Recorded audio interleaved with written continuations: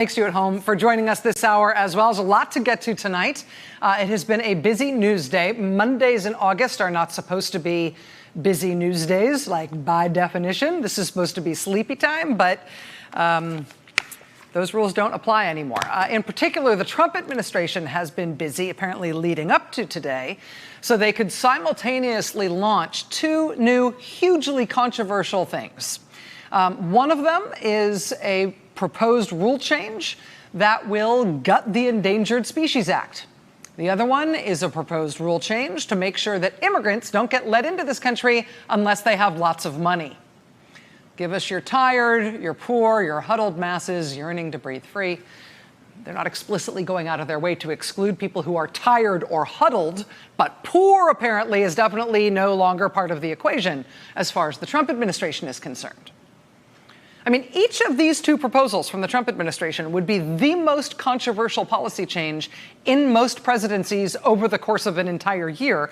They're doing both of these ones today, this Monday in August, literally on the same day, targeting bald eagles and the Statue of Liberty, because America.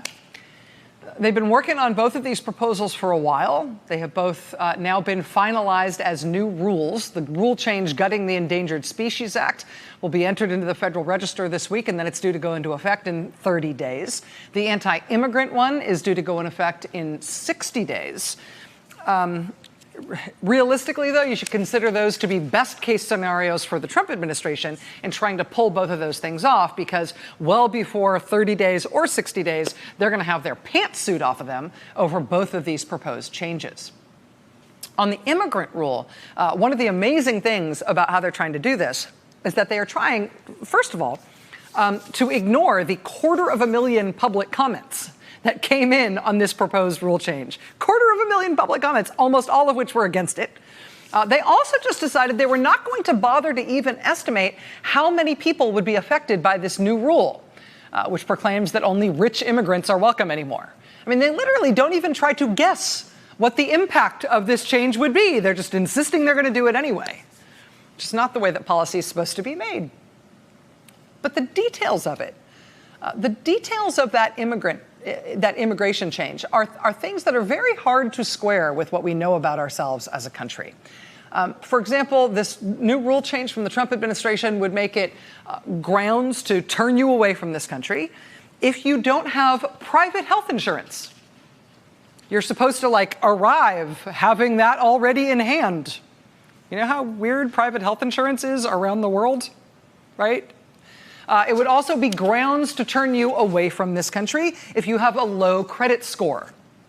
Think about that for a minute. You may be from an immigrant family.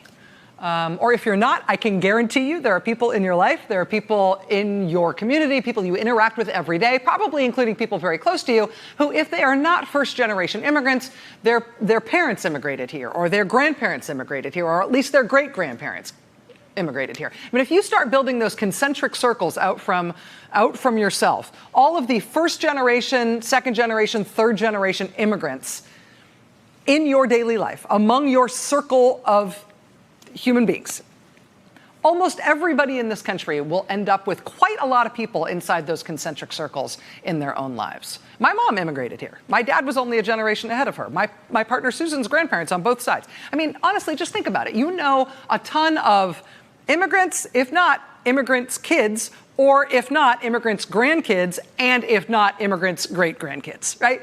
We all do. That's what this country is made up of. Think about those family stories if you know them. Or ask people in your own life who you know have immigrant lineage in one of the last 1, 2, 3 generations. Just ask. Ask if their family member who came over here from another country came with their own positive credit score and a private health insurance policy and lots of money in the bank.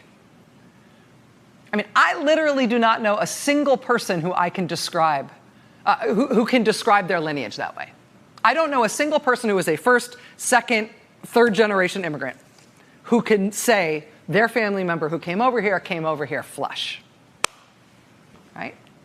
And, I mean, most people I know right? Think of the American dream as this idea of, hardworking people overcoming adversity, coming here maybe with nothing, but believing in this country, believing they can make it here because of freedom and opportunity and the rule of law in this country, so they can build something here for themselves and their families and the next generations of their families who will come after them, because hard work here is rewarded, because you can make it here, because this is a country that is fair and that has opportunity. And no, we do not always live up to that dream, but that's the dream, right?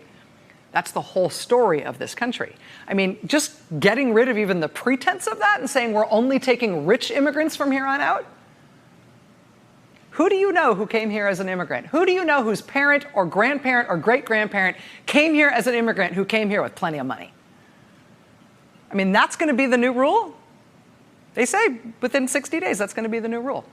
That's not trying to make America great again. That's trying to make America into a whole new country we have never been before in all of the 243 years that we have existed. I mean, what they are trying to build, what they are literally proposing with this rule change today, is that we remake America, whole new idea now, because this time it's without immigrants and also without grizzly bears or manatees or bald eagles or peregrine falcons or humpback whales.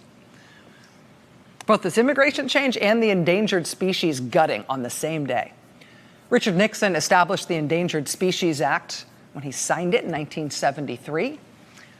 But his fellow Republicans have been trying to kill the Endangered Species Act legislatively for years since. They've been trying to chip away at it for decades.